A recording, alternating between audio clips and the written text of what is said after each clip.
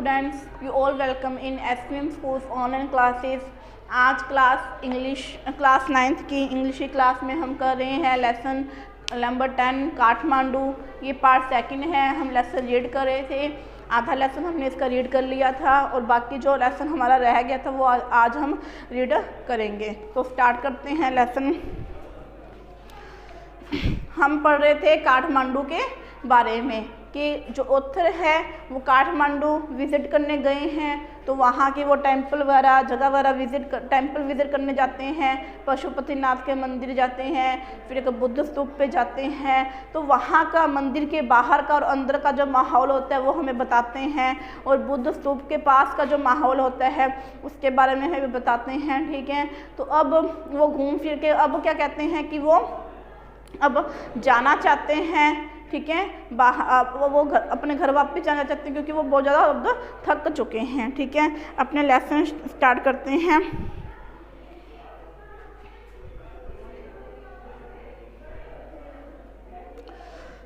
I consider what route I should take back home. मैं ये सोच रहा था कि मुझे अपने घर वापस जाने के लिए कौन सा रास्ता लेना चाहिए। रूट मतलब क्या हो गया? रूट मतलब क्या होता है? रास्ता।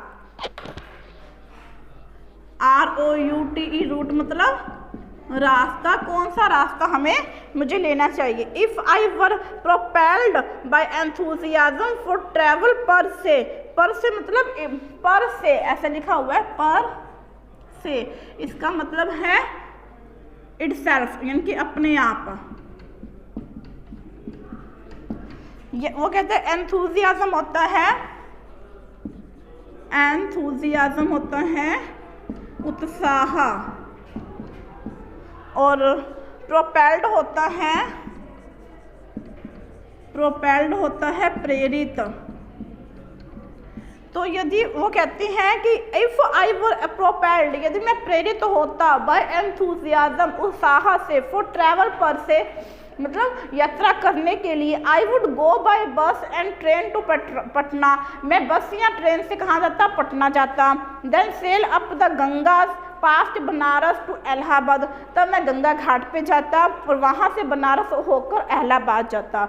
देन अप द यमुना, तब यमुना पे उसके बाद मैं यमुना जाता और पास्ट आगरा टू दिल्ली, और आगरा की होता हुआ मैं कहाँ जाता? दिल्ली जाता। But I am too exhausted and homesick. Exhausted मतलब थकना या थकावट कह सकते हैं। लेकिन मैं इतना ज़्यादा थक चुका था, एंड होम सिक मतलब मुझे घर जाने की इच्छा हो रही थी।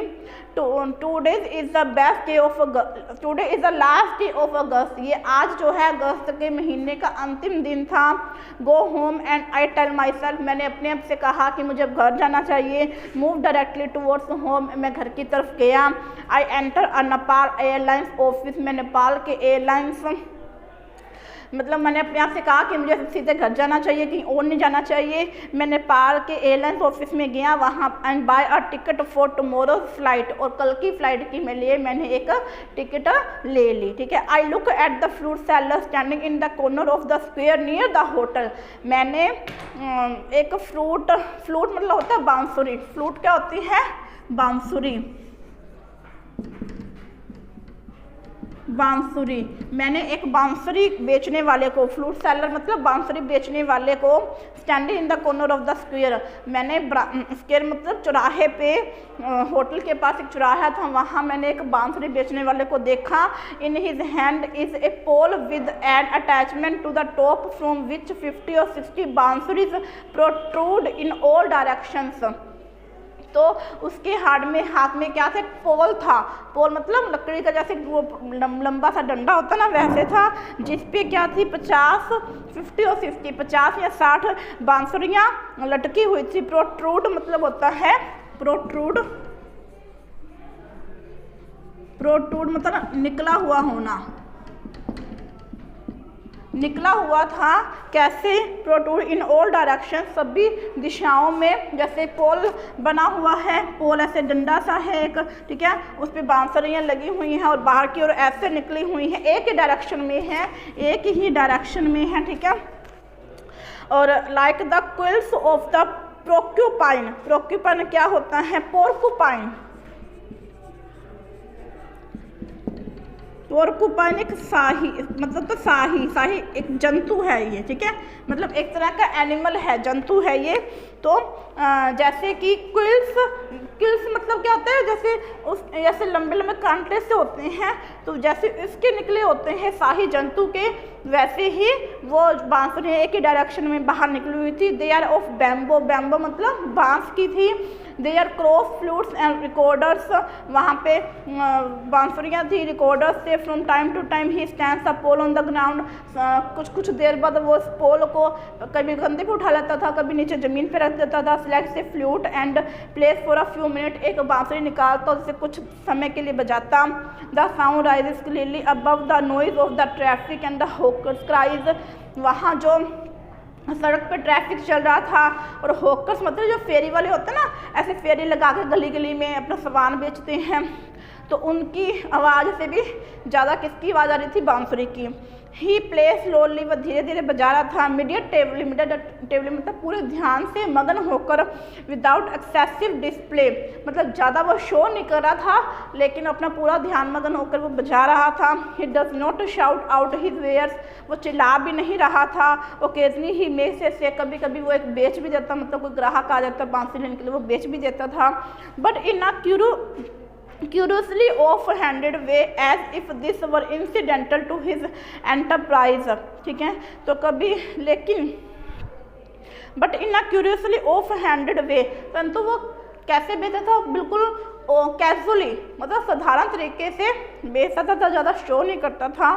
As if this were incidental to his enterprise, ऐसा लगता था जैसे कि ये उसके लिए एक आम बात है।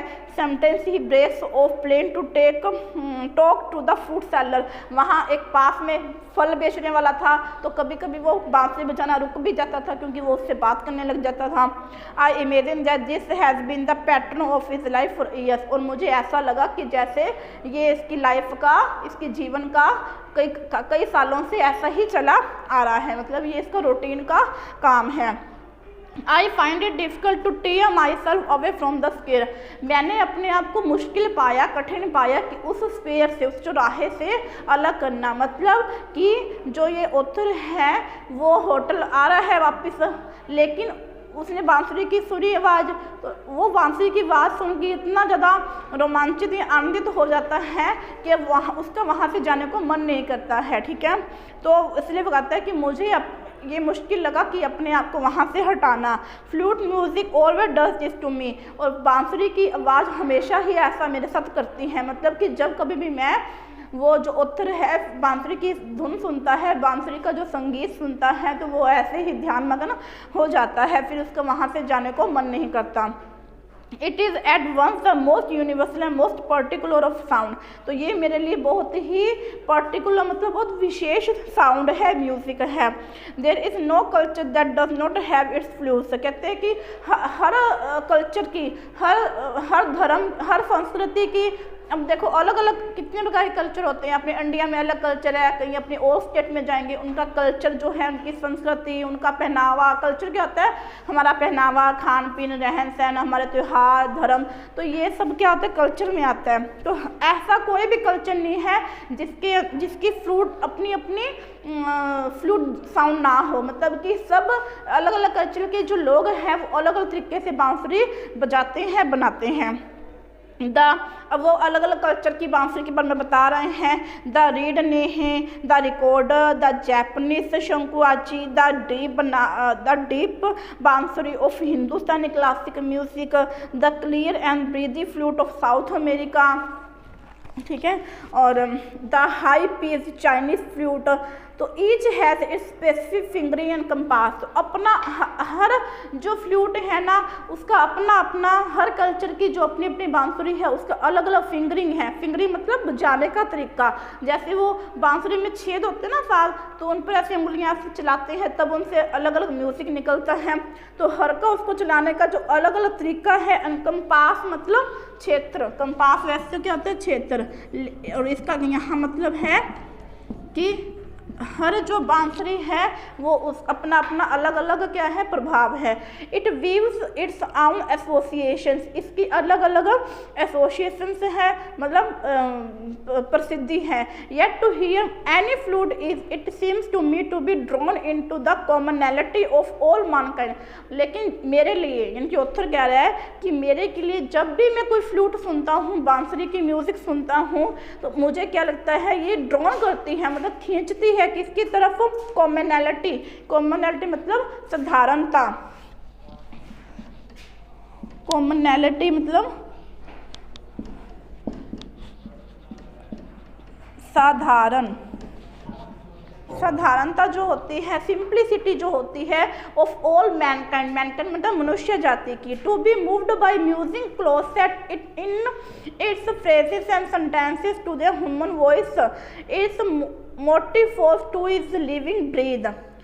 क्या कहते हैं कि मतलब बांसुरी को अपने कैसे बजाते हैं, अपने मुंह से बजाते हैं ना, तो सांस मतलब अपने इसमें हवा डालते हैं और उंगलियां चलाते हैं, फिर इससे म्यूजिक निकलता है। It too needs to pause and breathe before it can go. कहते हैं कि इसे बजाने के लिए हमें कई जगह पे अपनी सांस रोकनी पड़ती है, कहीं पे फिर देनी पड़ती है, तो इस तरीके से इसको बजाते हैं।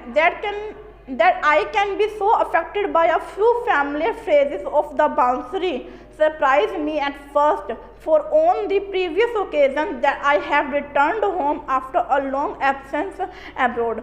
तो अब ऑथर क्या कह रहे हैं कि that I can be so affected by a few family phrases, मैं किसी कुछ ऐसी फ्लूट के म्यूज़िक से इतना ज़्यादा प्रभावित हुआ, अफेक्टेड मतलब प्रभावित हुआ हूँ कि जो मुझे खुद को सरप्राइज़ करता है, वो खुद को सरप्राइज़ होता है ऑथर को कि मैं इतना ज़्यादा प्रभावित कैसे हुआ।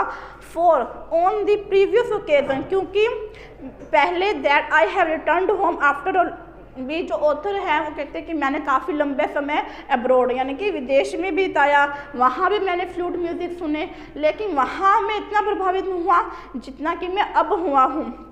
ठीक है, तो उसको खुद को ही इस बात पर सरप्राइज होता है। I have hardly notice such details, मैंने मुश्किल से ही ऐसा महसूस किया होगा तब जब कहाँ थे, वो अब्रॉड में थे। And certainly have not invested them with the significance I now do, और इतनी ध्यान से या इतनी ज़्यादा मैंने उनको कभी भी नहीं सुना जितना कि अब मैं करता हूँ। मतलब कि पहले जो ये ऑथर था वो पहले इतना ध्यान नहीं, उन्होंने कभी ध्यान नहीं दिया था, लेकिन अब वो ज़्यादा ध्यान दे रहे थे। ठीक है, ये लेसन हमारा कंप्लीट हो गया। आप भी इसको वीडियो देख के लेसन रीड करोगे।